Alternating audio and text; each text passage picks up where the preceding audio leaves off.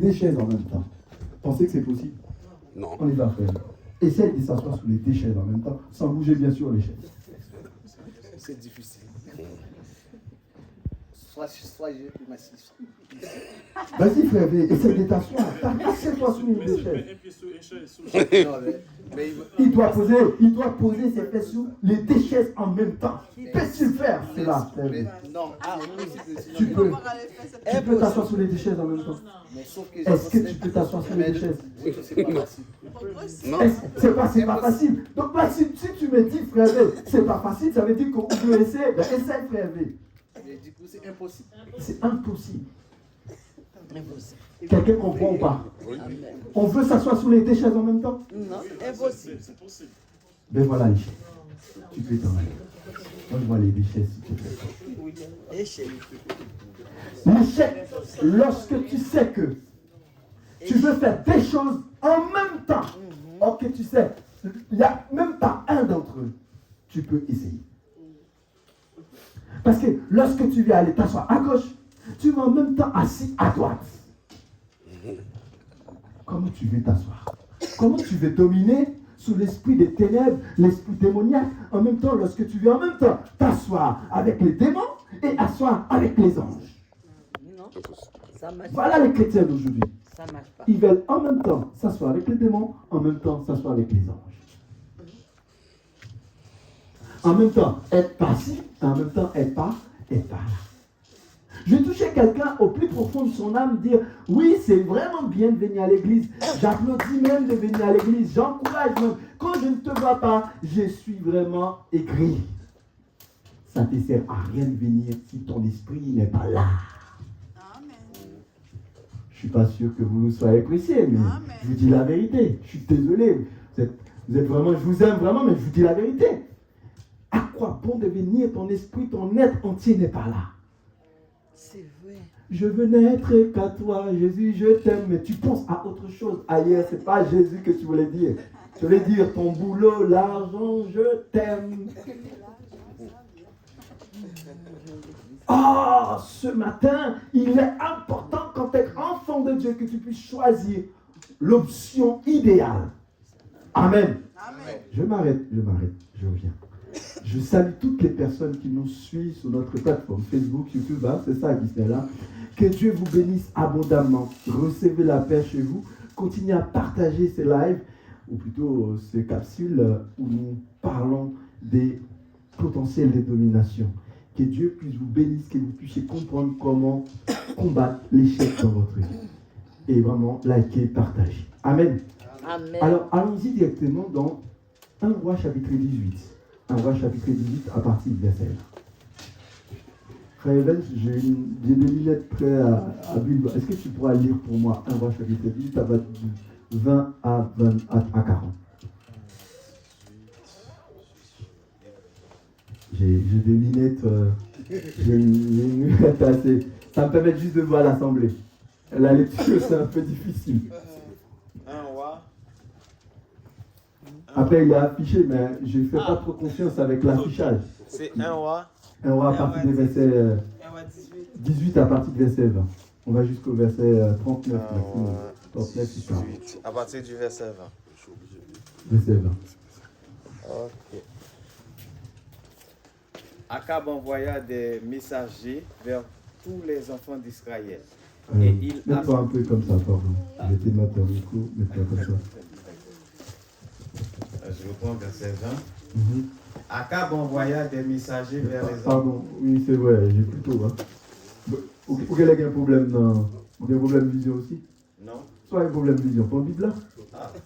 Ah ben voilà. On y va. Verset 20. Akab envoya des messagers vers tous les enfants d'Israël. Et il assembla les prophètes à la montagne du Carmel. Mhm. Alors, Élie s'approcha de tout le peuple et dit, jusqu'à quand boiterez-vous des deux côtés? Mhm. Si l'Éternel est Dieu, allez après lui. Si c'est Baal, allez après lui. Le peuple ne lui répondit rien. Et Élie dit au peuple, je suis resté seul des prophètes de l'Éternel. Et il y a 450 prophètes de Baal. Que l'on nous donne 2 taureaux, qu'ils choisissent pour eux l'un des taureaux, qu'ils le coupent par morceaux et qu'ils le placent sur le bois, sans y mettre le feu. Et moi, je préparerai l'autre taureau et je le placerai sur le bois, sans y mettre le feu. Puis, invoquez le nom de votre Dieu. Et moi, j'invoquerai le nom de l'Éternel. Le Dieu qui rendra par le feu, c'est celui qui sera Dieu. Et tout le peuple rendit et disant, c'est bien. Verset 25. Élie dit au prophète de Baal, choisissez pour vous l'un des taureaux, préparez et les premiers, car vous êtes les plus nombreux. Et invoquez le nom de votre Dieu, mais ne mettez pas le feu. Ils prirent le taureau qu'on leur donna et le placèrent, et ils invoquèrent le nom de Baal. Ok, continue. Depuis le matin jusqu'à midi, en disant, Baal, réponds-nous. Mais il n'y eut ni voix ni réponse. Et ils sautaient devant l'autel qu'il avait fait. À midi, Élie se moqua d'eux et dit, criez à haute voix, puisqu'il est Dieu, il pense à quelque chose. Ou il est occupé, ou il est en voyage. Peut-être qu'il dort, et il se réveilla. Et ils crièrent à haute voix, et ils se firent selon leur coutume. Des incisions avec des épées et avec des lances, jusqu'à ce que le sang coule sur eux. Lorsque midi fut passé, ils prophétisèrent jusqu'au moment de la présentation de l'offrande. Mais il n'y eut ni voix, ni réponse, ni signe d'attention. Élie dit alors à tout le peuple, approchez-vous de moi. Tout le peuple s'approcha de lui, et Élie rétablit l'autel de l'Éternel, qui avait été renversé. Il prit 12 pierres, d'après le nombre des tribus des fils de Jacob, auxquels l'Éternel avait dit, Israël sera ton nom. Et il bâtit avec ces pierres un autel au nom de l'Éternel. Et il fit autour de l'autel un fossé de la capacité de 2 mesures de semences. Il arrangea le bois, coupé le taureau par morceaux et le plaça sur le bois. Puis il dit, remplissez d'eau 4 cruches et versez-les sur l'holocauste et sur le bois. Il dit, faites-le une seconde fois, et ils le firent une seconde fois. Et dit, faites-le une troisième fois, et ils le firent une troisième fois. L'eau coula autour de l'autel, et l'on remplit aussi d'eau le fossé. Au moment de la présentation de l'offrande, Élie, le prophète, s'avança et dit, l'Éternel, Dieu d'Abraham, d'Isaac, d'Israël, que l'on sache aujourd'hui que tu es Dieu en Israël, que je suis ton serviteur et que j'ai fait toutes ces choses par ta parole. Réponds-moi, l'Éternel, réponds-moi, afin que ce peuple reconnaisse que c'est toi, l'Éternel, qui est Dieu, et que c'est toi qui ramènes leur cœur. Et le feu de l'Éternel tomba, les pierres et la terre, et il aborda l'eau qui était Et il absorbe l'eau. On va arrêter là. Ok. Il est dans le fossé. Merci. Il est dans le Ouais, merci. Ça va? Ça va, tu as pu t'en sortir. Hein? Oui. Merci. Merci pour prendre sa place. Amen. Je pense qu'il n'y a personne qui dort là. C'est intéressant. Hein? Amen. Amen. J'ai un sous-terme pour toi ce matin. Parce qu'on va parler certainement potentiel des dominations. Mais le sous-thème que j'aimerais partager avec toi ce matin, s'imposer avec le feu du Saint-Esprit. S'imposer avec comment? Le feu du Saint-Esprit. S'imposer. Ok. Tu as besoin de t'imposer. Dominer, c'est s'imposer. Je vais dire cela parce que parfois, lorsque vous voulez éliminer, prendre l'autorité sur l'échec, vous avez du mal à vous imposer. Amen. Tu as besoin de t'imposer quand tu as besoin, quand tu veux établir l'ordre. Amen. Ce qui se passe, c'est que nous sommes dans une cas de figure où Élie, qui est le prophète, il n'y a pas eu trop longtemps. Il a fui devant Jézabel. Mais il y a un moment où l'Éternel lui a dit, mais Élie, tu es le plus grand prophète quand même. Il y a quand même plus, il y a pas mal de prophètes qui ne se sont pas fléchis les genoux. Et toi, tu veux mourir. L'Éternel a rétabli Élie. Et là, Élie a donné un ultimatum avec Akab devant tous ces prophètes. Quand nous essayons de comprendre un peu ce qui se passe, les contextes de cette duel, parce que c'est un duel en quelque sorte, parce que c'est un duel qui veut délimiter l'échec réel du peuple Israël, dans laquelle il se baigne. À gauche, il y en a un qui veut en même temps aller à gauche et à droite. Il veut mettre Dieu et Baal dans le même sac. Or que Dieu est opposé à Baal. Si vous voyez Dieu en face, vous voyez Baal en face, vous ne pouvez pas vous dire que vous pouvez aller dans les deux en même temps, car ce n'est pas compatible. Amen. Baal, ici, représente les idoles. Baal, c'est le dieu des Phéniciens, d'où la reine Jézabel vient. Baal, en quelque sorte, il y avait plusieurs types de Baal. Et ce matin, on pourrait parler, tous les mauvais esprits peuvent être un type de Baal. Amen. Tous les esprits qui vous saccagent, qui vous empêchent d'avancer, peuvent être un type de Baal. Amen. Je ne sais pas si vous comprenez. Mais ici, ce matin, tous les types de Baal, on va les chercher, il faut les supprimer. Ce matin, pendant votre prière du soir, pendant le temps que vous allez prier, il faut se prier. Il faut que ce type de Baal sorte de votre maison, sorte de votre foyer. Et personne ne peut dire qu'il n'y a pas un Baal qui se cache, parce que Satan veut toujours votre échec.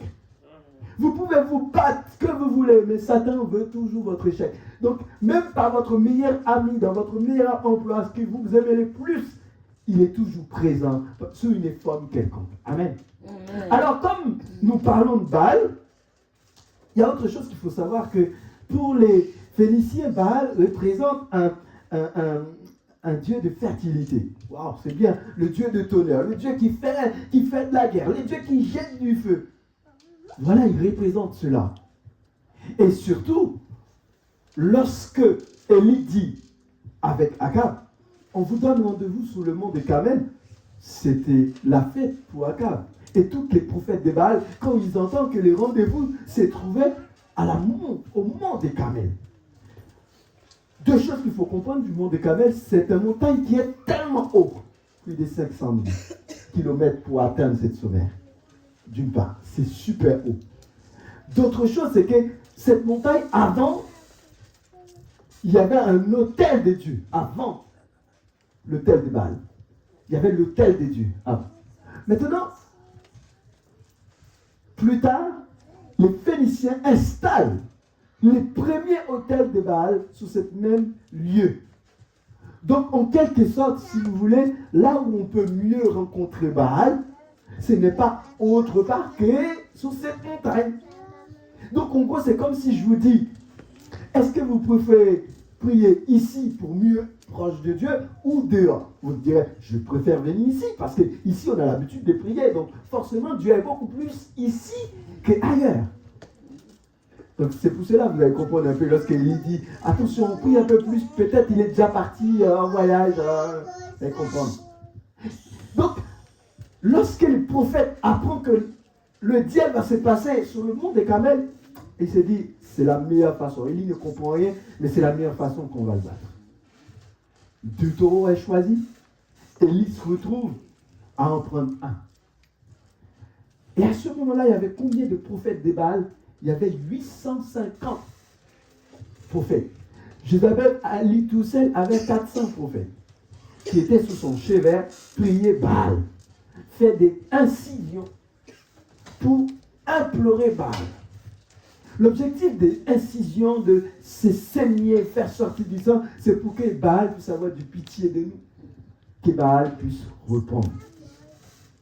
Or, à ce moment-là, il ressemble que la situation était propice pour tous ces prophètes d'aller prouver enfin que Baal était le plus grand Dieu que le Dieu qui est le vrai Dieu, que notre Dieu. À ce moment, il se trouve tous ces prophètes. Du coup, Jézabel dit, on ne va pas s'amuser devant Élie, envoyer les 850. On va envoyer que 450. On n'envoie que 450 sur la montagne. Et là, il aurait dû savoir plus des prophètes de Dieu. Mais non, il y avait prophète Élie contre 450 prophètes, qui est extrêmement important. Donc, je ne sais pas si quelqu'un comprend, comment dire, le poids que pesait Élie à ce moment-là. Quand vous parlez des fois petite église, grande église, ça ne veut rien dire aux yeux de Dieu. Si le niveau sainteté est la même ici qu'à l'église de pasteur Mallory ou Grégory, eh bien, nos deux églises sont à égalité. Vous comprenez ou pas? Parce que Dieu ne voit pas la quantité, il voit la qualité de la sainteté. Alors, Dieu voit Élie tout seul, mais 400 prophètes. En gros, Élie était beaucoup plus important, beaucoup plus grand que les 400 prophètes. Donc, si nous entrons un peu dans l'explication de ce qui s'est passé, on va essayer de prendre petit à petit. Dès le début du verset, Élie dit, c'est Élie, on a l'impression que c'est Élie qui gère les choses. Élie dit, attention, vous ne mettez pas le feu. Faites tout ce que vous voulez, toutes les simagrées que vous voulez, mettez pas le feu. S'il y a un seul mot d'ordre qui était propice, c'était le feu. Nous voyons ici le montagne. Les choses allaient se passer au petit matin. Et Élie dit, je vous donne l'avantage. Je ne vais pas aller comme ça, vous me dites oui, je commençais et c'est Baal qui a fait pour moi. Non, non, commencez d'abord. Je vois à ce moment-là comment les prophètes Baal étaient vraiment intenses à chercher Baal à ce moment-là pour que Baal réponde. Et là, on voit malheureusement Baal ne répond pas. Moi, ce qui me titillait dans cette histoire, c'est que comment on peut appeler quelqu'un des matins jusqu'à midi qu'on ne remarque même pas un signe? Et aussi, c'est dire aussi, mais si on a l'habitude de l'appeler, pourquoi on ne l'appelle pas sous la forme qu'on a l'habitude de l'appeler? C'est-à-dire, si on l'appelle avant, il ne répond pas, c'est qu'il y a un problème. Il n'y a pas un petit Dieu que Dieu ne contrôle pas. Il n'y a pas les faux dieux que Dieu ne contrôle pas. Même si Baal était un esprit démoniaque, mais au moment où Élie a invoqué le nom de Dieu, tous les petits démons de Baal seront bloqués. C'est ça que je voulais vous comprendre. Tout échec que les démons pouvaient utiliser, eh bien, ils sont bloqués parce que l'Éternel a parlé. Il a parlé. Et si l'Éternel a parlé, le monde s'éteint. Donc, de ce fait, j'apprivoise un peu l'idée de comment on appelle Baal, comment on implore Baal, comment on se frappe par terre, on fait des dévotions extrêmement marginales pour appeler Baal, juste pour cette petite chose. On ne demande même pas à Baal d'apparaître, on demande à Baal, jette un petit feu sur l'autel, même s'il n'était pas grand, mais on comprendra que tu es le vrai Dieu. Pas de manifestation. Dans les textes de notre frère, Élie dit, au moment de l'offrande, à midi, Élie trouve que c'est un peu ridicule de voir que les frères, qui sont tellement 400 quand même, 400 c'est pas rien, en train de prier, et pour qu'il n'y a rien qui se manifeste. Élie dit, bon, je vais quand même vous encourager. Pour les encourager, Élie dit, il est peut-être parti au voyage, parce que c'est un Dieu qui voyage beaucoup. Il est peut-être en train de dormir, parce que c'est un Dieu aussi qui se repose. Parce que dans le contexte, contrairement à notre Dieu qui ne dort jamais, qui ne se marie pas, voilà, mais Baal, lui, c'est un feignant. Il n'aime pas trop qu'on lui dérange si facilement. Donc, elle dit, pousse le bouchon un peu. Et à 15 heures, ça dit plus de 3 heures plus tard, elle dit, bon, écoute, ça suffit, passons à autre chose. Et le travail d'Élie ne va même pas durer, bon, je pense même pas à 1 heure, quoi. C'est un travail qui est à plier, à tout casser, parce que notre Dieu répond quand il s'agit de son nom. J'explique tout ça pour aller dans un seul objectif. L'Éternel ne répond jamais par le feu s'il n'y a pas un jugement. Vous comprenez? L'Éternel ne répond jamais par le feu s'il n'y a pas quelque chose d'important à faire. Dans Exode chapitre 3, le verset Dieu, la parole de Dieu nous dit, Dieu apparaît vis-à-vis devant Moïse et dit à Moïse, je suis l'Éternel. La parole de Dieu nous dit, Dieu apparaît dans un buisson ardent. Dieu apparaît dans le feu et dit à Moïse, je suis le Dieu qui suis. Ce n'est pas je suis celui qui existe, mais je suis celui qui est, qui a toujours été.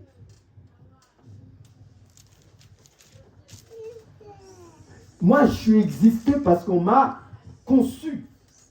Mais Dieu n'a jamais été conçu par qui que ce soit. Il l'est. Il l'est.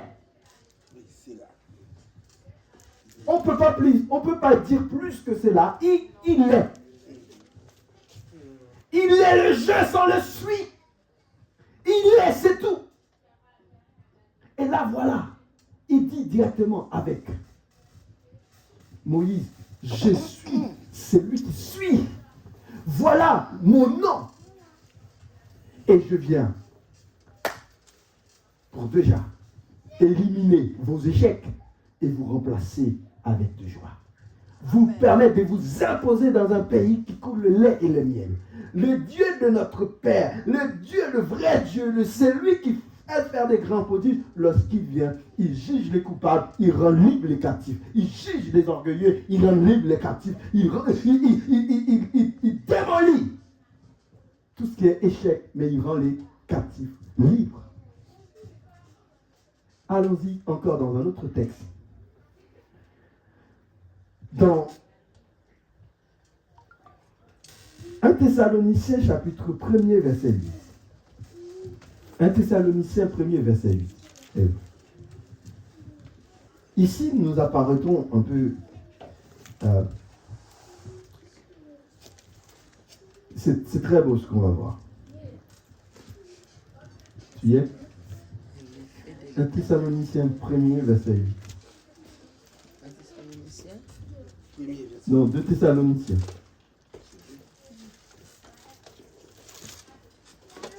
Non, pardon, c'est un chiffre 2, c'est pas les 2, c'est les 1. Bien 1, pardon.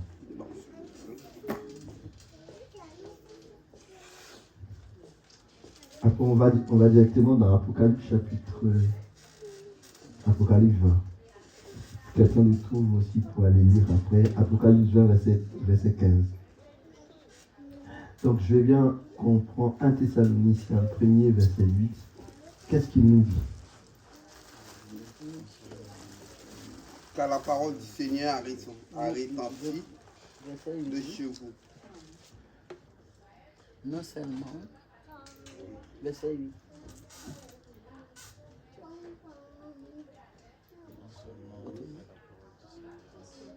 Car la parole du Seigneur a retenti de chez vous, et pas seulement en Macédoine et en Achaïe. Non. 1 Thessalonique 1er verset 8. Mais le bel qu'il a lu. Non seulement en effet. Non, c'est pas ça, C'est pardon. pas ça. Je me suis trompé. Ça doit être le 2 chapitre 8 de Thessaloniciens 1er verset 8. Si c'est pas ça là, on prendra un autre verset parce que j'ai dû me changer, c'est pas grave. Voilà, c'est le verset 8. C'était 2 Thessaloniciens 1er, verset 8. Et de vous donner à vous qui êtes affligés du repos avec nous, lorsque le Seigneur Jésus apparaîtra du ciel avec les anges et de sa puissance au milieu d'une flamme de feu. Pour faire quoi? Pour punir ceux qui ne connaissent pas Dieu et ceux qui n'obéissent pas à l'évangile de notre Seigneur Jésus. Je répète encore. Ce qui s'est passé sous le mont Carmel, ce n'est pas juste un effet de sang. Ce n'est pas juste pour faire voir. Oui, mais c'est pour mettre en spectacle les prophètes de Baal et pour les dire que ce n'est pas vous qui êtes Dieu. Et la parole de Dieu nous dit, l'une des choses que je n'ai pas laissé les frères dire, c'est le moment où Élie a prié l'Éternel et l'Éternel a fait exploser les feux à l'instant T où Élie a fermé sa bouche, le feu est descendu. Lorsque le feu est descendu, vous savez ce que les pères ont dit pendant qu'Hervé cherchait à s'asseoir à gauche et à droite, mais le peuple qui était au milieu s'assoit rapidement et dit, c'est l'Éternel. Ah, j'entends rien. Le peuple a dit, c'est l'Éternel qui est Dieu. À partir de ce moment-là, ils ont choisi une position. Amen. C'est l'Éternel qui est Dieu. C'est là que j'ai arrêté, frère. J'ai dit, c'est l'Éternel qui est Dieu. Pourquoi c'est l'Éternel qui est Dieu? Parce que c'est lui seul qui sait faire des grands prodiges. C'est lui qui est capable de faire cela. Et on a toujours entendu parler que de l'Éternel. Amen. Aujourd'hui, je vais vous dire, j'ai lu des histoires sur Bouddha, c'est vrai, sur Mahomet, sur toutes les autres. J'ai jamais entendu parler d'un homme qu'ils ont fait ressusciter. Encore moins des faits qu'ils ont fait descendre du ciel. Encore moins arrêter la pluie. Toutes les bouquets comme ça qu'on peut appeler, ils ne parlent pas de ça. Ça parle de la science, ça parle de comment être bien, comment être sauvé, comment ceci. Mais tout cela ne raconte pas les prodiges, ne raconte pas les miracles. Parce que il n'y a qu'un seul Dieu qui peut les faire. Je vais vous dire, lorsque vous êtes dans votre maison, il y a des choses, même lorsque les enfants étaient là, ils ne peuvent pas faire. Parce que le maître de la maison n'est pas dans la maison. Lorsque le maître de la maison est dans la maison, tout rentre dans l'ordre. Tout rentre dans l'ordre. Vous savez, je vous explique bien. Vous savez où se trouve tout ce qui se passe dans la maison. Parce que vous êtes les propriétaires. Vous êtes le maître de votre maison. Je vais vous dire, même une cuillère ou une fourchette, je chercherai, je ne trouverai pas si je n'appelle pas Darlene. Parce qu'elle connaît où se trouve chaque chose. Bon, c'est une forme de parler, hein, c'est pas... Oui. Mais tu as compris, hein. Oui. C'est une forme de parler. Dans toute sincérité, pour dire... oui, d'accord, merci. C'est pour dire, on sait particulièrement chaque chose qui se trouve dans la maison. Et on sera capable d'aller les chercher. Dieu est la même. Il sait tout ce qui se trouve. Il connaît qui est réellement frère Hervé. Il connaît qui est la sœur Gemma, qui est la sœur Ève. Chaque personne, il les connaît. Mais Baal ne vous connaît pas comme Dieu vous connaît. Alléluia. Il ne vous sonde pas comme Dieu vous sonde. Parce que Dieu connaît toutes les pièces qui sont à l'intérieur de vous. Comment il vous a forgé, comment il vous a créé et comment il peut vous rendre parfait. Amen. Et donc de ce fait, personne d'autre peut vous juger si ce n'est que Dieu. Parce que pour qu'ils vous jugent, il faut qu'ils vous connaissent. Mais comme ils ne vous connaissent pas, ils ne peuvent pas vous juger. Mais ils peuvent se profiter de vous. Satan peut vous dominer, pas vous juger, il va vous dominer. Un dominateur, c'est quelqu'un qui se profite de vous. C'est un hôte, comment dire dans le langage biologique, c'est plus, un parasite. Oh, Jésus. Un parasite a toujours besoin d'un hôte, quelque part pour s'asseoir, un endroit pour se profiter, un endroit pour se faire son argent. Il tire. Le parasite, il s'assoit gratuit, il mange gratuit, il dort gratuit, il ne paye rien. Mais là où il est, on le paye. Mais il ne paie rien. Voilà comment Satan agit dans votre vie. Voilà comment l'échec agit dans votre vie. Il ne paie rien, mais il vous fait payer toutes ses dépenses. Il va à Carrefour, il vous fait payer. Il va à l'éclair, il vous fait payer. Il va dans à Lidl, il vous fait payer. En action, d'ailleurs, il vous fait même aller à Galerie Lafayette. Wow. Entrez à Galerie Lafayette et te fait acheter des montres à 400 000 et quelques euros. Départ. Mais toi, tu as découvert, mais tu as dit comment tu as acheté. By ton parasite, Satan, qui t'aide à échouer. Et ce matin, j'aimerais dire avec quelqu'un, tant que tu ne décides pas de prendre le pouvoir, Satan va commencer à vous consumer, à profiter de vous, jusqu'à ce qu'il vous ne laisse aucune goutte. Il est là, il profite, le parasite, il profite. Il mange dans votre assiette. Il vous laisse les os. Vous croyez que c'est votre part. Vous continuez à manger les os. Fréquence. Et vous êtes parents, vous dites vous êtes satisfaits. Parce que c'est Satan qui vous utilise. Il profite de votre maison. Il ne paye pas. Vous payez à sa place. Il consomme l'eau. Il ne paye pas. En d'autres termes, c'est un cafard aussi parmi les cafards. Amen. Amen. Voilà un peu ce qu'il dit. Et c'est pour cela que l'Éternel apparaîtra. Et ils doivent imposer le respect, imposer la domination, non par d'autres moyens, par le feu du Saint-Esprit. Lorsque le démon voit le feu, il disparaît. Lorsque le démon voit le feu, il disparaît. Un autre texte m'interpelle.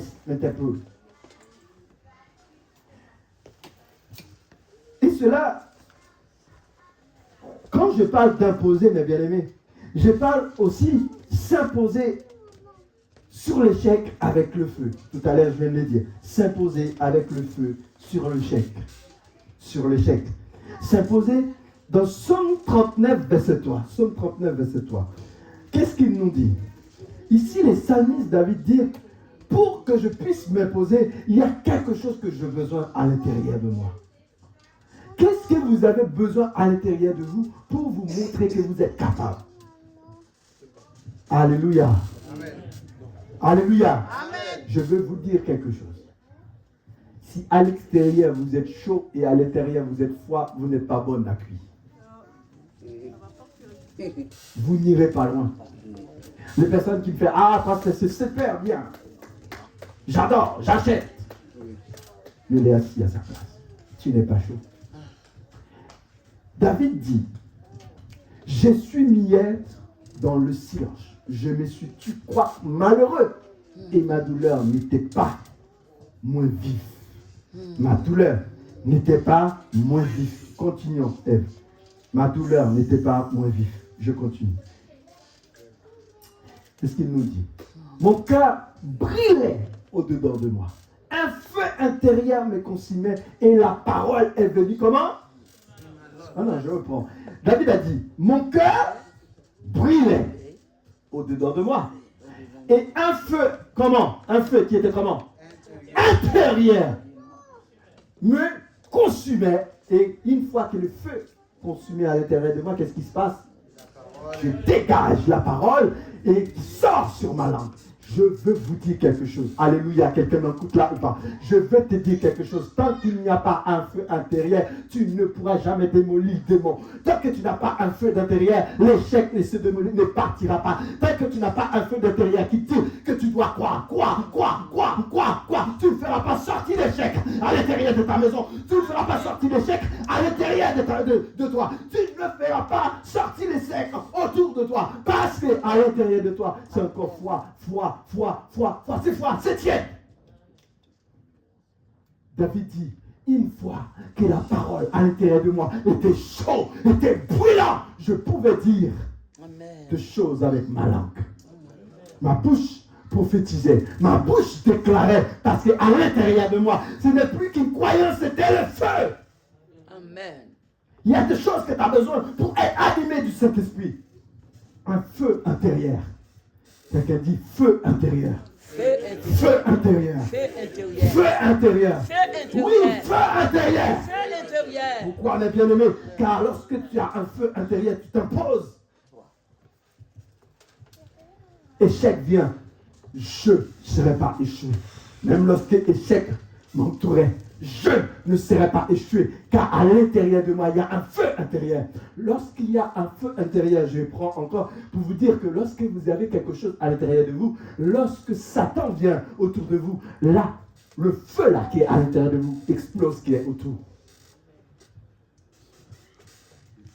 Alléluia. Amen.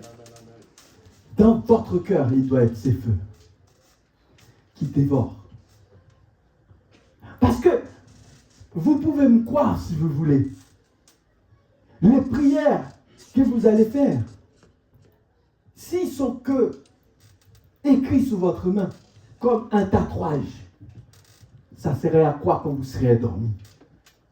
Dis-moi un peu. À quoi servent les tatouages qui sont sous votre corps lorsque vous dormez? Vous arrivez à les lire? Dis-moi qui arrive à lire un tatouage qui est sur son corps pendant qu'il dort? Lorsque vous dormez, votre cœur ne dort pas. Votre esprit ne dort pas. Votre âme ne dort pas. Amen. Je parle à quelqu'un qui est chaud là ou pas? Votre cœur ne dort pas. Votre esprit ne dort pas. Si le cœur dormait, quand tu te réveilles, on ne te trouve pas vivant. Si ton esprit est dort, quand tu te réveilles, tu ne serais pas vivant. Amen.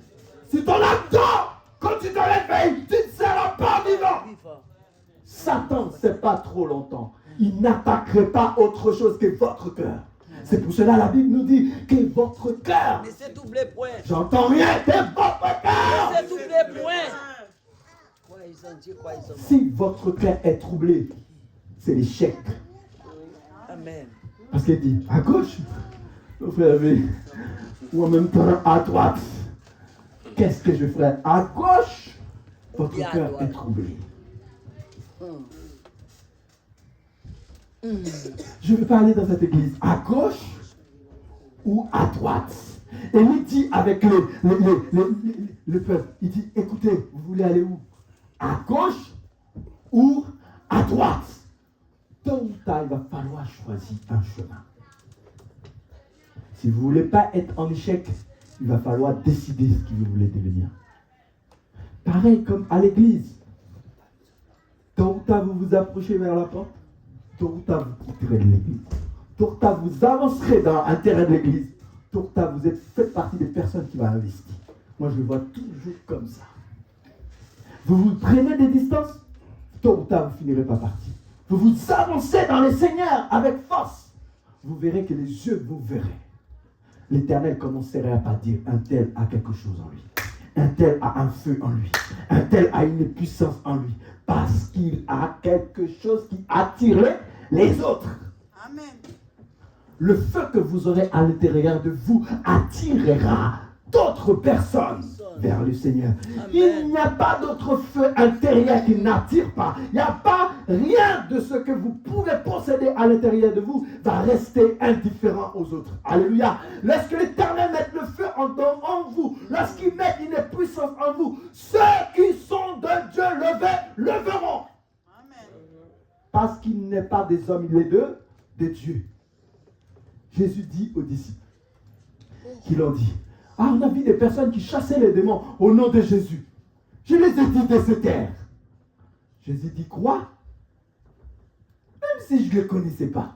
S'ils chassent des démons au mon nom, tu n'as pas à les dire de se taire. Qui tu es toi pour dire à un homme de se taire parce qu'il parle de Jésus? Jésus dit, ne les empêchez pas. S'ils ne sont pas contre moi, ils sont avec moi. S'ils ne se disent pas contre moi, ils sont avec moi. Si tu as un feu de Jésus à l'intérieur de toi, c'est que Jésus se manifeste à l'intérieur de toi. Oui, tu peux chasser les bacas. Oui, tu peux marrer le scorpion. Oui, tu peux marrer bacas. Oui, tu peux marrer l'échec. Oui, tu peux marrer, alléluia, les esprits qui veulent que tu échoues dans ton travail. Oui, tu peux les marrer. Tu peux les attacher. Tous ceux qui ne veulent pas que tu réussis, tu peux les attacher au nom de Jésus. Amen. Yes. Amen. Et ça, c'est pas donné à tous. Je regarde pas l'heure, excusez-moi. C'est pas donné à tous. C'est pas donné à tout le monde. Parce que tout le monde veut s'installer dans une dimension à part. On veut tous notre part. On veut tous faire notre façon, à notre façon. Ce matin, laissez l'Éternel t'aider à t'imposer dans la prière. Laissez l'Éternel créer en toi un feu. Alléluia. J'ai dit, laissez l'Éternel créer en toi quoi? Un feu. Élie a demandé que l'Éternel envoie le feu. Mais toi, tu n'auras pas besoin de demander qu'on voit un feu, parce que le feu est déjà envoyé. Mais tu as besoin qu'il soit créé à l'intérieur. Jésus n'était pas là. Oui, Élie a demandé qu'on envoie un feu. Je dis, aujourd'hui, on n'a pas besoin que l'Éternel nous donne d'autres preuves que la mort de Jésus. Nous n'avons pas besoin d'autres preuves que la résurrection de Jésus. Mais par contre, ce que vous avez besoin, que Dieu vous aide à créer un feu à l'intérieur de vous. Amen. 21 jours. Qu'est-ce qui va être créé pendant 21 jours? Vous vous posez des questions. Je voulais parler un peu de ces 21 jours en disant que vous pouvez voir cela, il est léger, mais ce sera le fardeau que tous nous devrions porter. Voyez ces paniers comme une charge. Pour certaines, le verront physiquement assez classique. Ah, mais pasteur, c'est très facile à porter. Ah, si je te demande de porter ça pendant 21 jours, tu diras, pasteur, ça c'est rien. Je peux le porter tout seul. Mais si je te dirais porter avec plusieurs personnes pendant 21 jours, tu trouveras que c'est difficile. Parce que tu vas dire, il y en a un qui va vouloir porter plus haut, il y en a un autre qui va vouloir porter plus bas. Parce que quand sa main lui fait mal, il va vouloir l'hausser. L'autre va dire, moi, le mien me fait mal. L'autre va vouloir le mettre devant. Ah non, il faut le mettre à côté. L'autre va dire, mettre derrière. Parce que c'est notre façon de faire. C'est notre façon de faire. En d'autres termes, tout ce que les hommes veulent, c'est que ce qu'on fait nous arrange.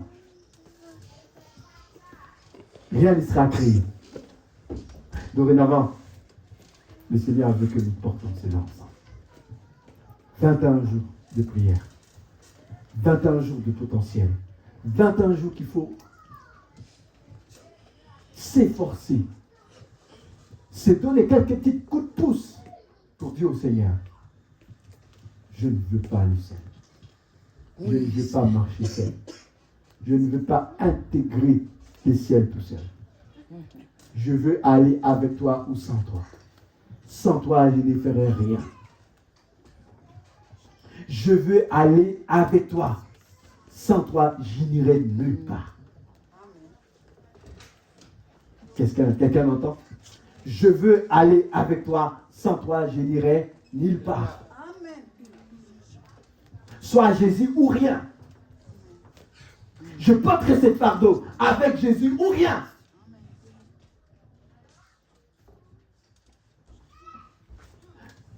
Je grandirai avec Jésus ou rien.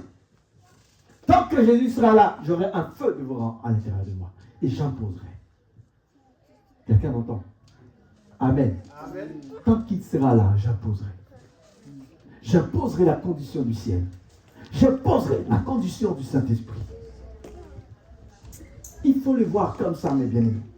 Il faut le ressentir ainsi, mes bien-aimés. Sinon, nous n'atteignons pas l'objectif. Nous n'atteignons pas les buts. Je m'en vais.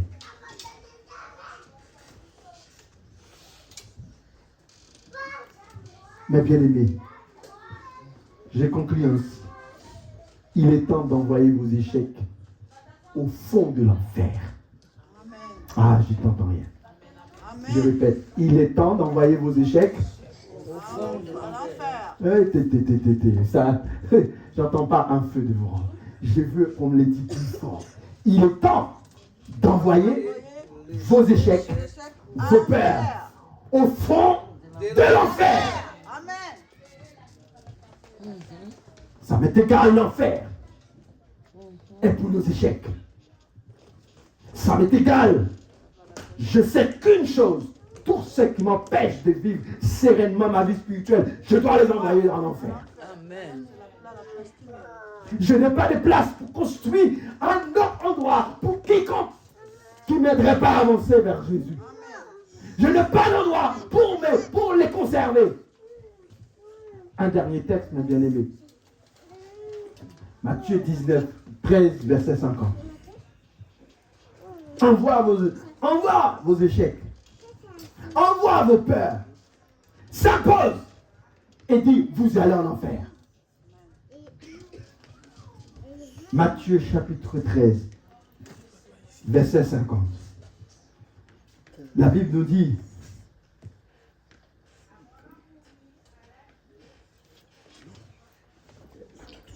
Matthieu 13, verset 50. Tu es le verset d'avant. Il est jeté rond dans la fournaise ardente où il y aura. On prendra le verset avant, maman. Verset, on a dit verset 50. Verset 49. Il sera de même à la fin du monde. Les anges viendront séparer les méchants avec les justes et ils les jeteront dans la fournaise ardente. Il y aura des pleurs et des grincements des dents. L'enfer, pour tous ceux qui m'empêchent d'avancer. L'enfer, pour ceux qui m'empêchent de constituer un avenir propice avec Dieu. Au fond de l'enfer, pour ceux qui ne veulent pas ton bonheur en Jésus. Amen. Amen. Amen. Vous êtes des enfants bénis.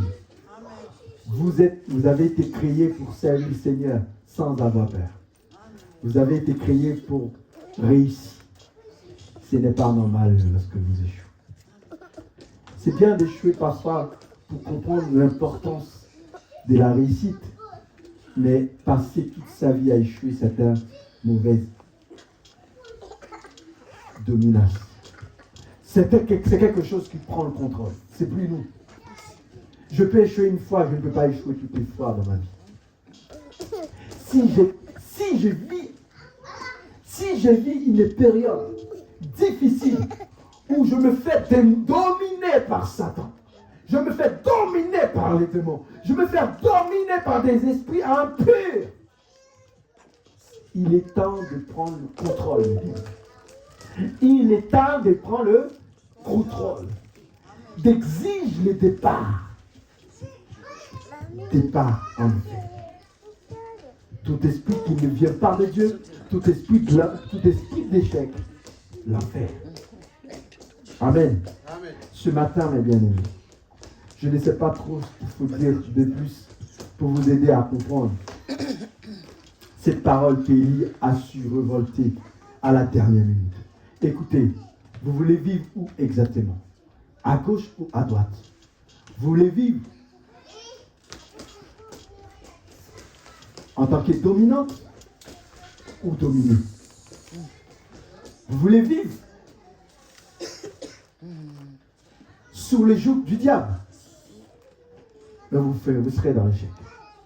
Vous voulez vivre en tant qu'un gagnant? Vous faites partie des enfants de Dieu. Oui, c'est vrai, difficile n'est pas Dieu. L'impossible n'est pas Dieu. Tout ce que tu espères, Dieu peut l'accomplir dans votre vie. Amen. Amen. Dieu peut l'accomplir dans votre vie. J'espère que vous avez été bénis. Que Dieu, dans son amour infini, puisse vous bénir, puisse vous fortifier. Alléluia. Amen. Alléluia. Amen. On va prendre le temps, on va faire une prière. Mes bien-aimés, je vais vous inviter à vous lever avec moi. Nous allons prendre le temps de prier pour vous aussi. Vous allez déclarer cela, mes bien-aimés, dans votre vie. C'est pour cela que je vais prendre ce temps de prier avec vous. Levez vos mains, ne fermez pas vos mains, levez vos mains et déclare cela, mes bien-aimés. Vous allez déclarer que dans le nom de Jésus-Christ, que tout esprit d'échec puisse débarrasser dans votre maison. Partout où vous travaillez, vous allez citer là où vous êtes. Vous allez lui dire, dorénavant, tu ne viens plus. Dorénavant, disparaître dans ma maison. Ce jeune est pour moi. Dorénavant, disparaître. Mes bien-aimés, commence par prier avant les déclarations. Et laisse ta voix prier, Seigneur. Alléluia.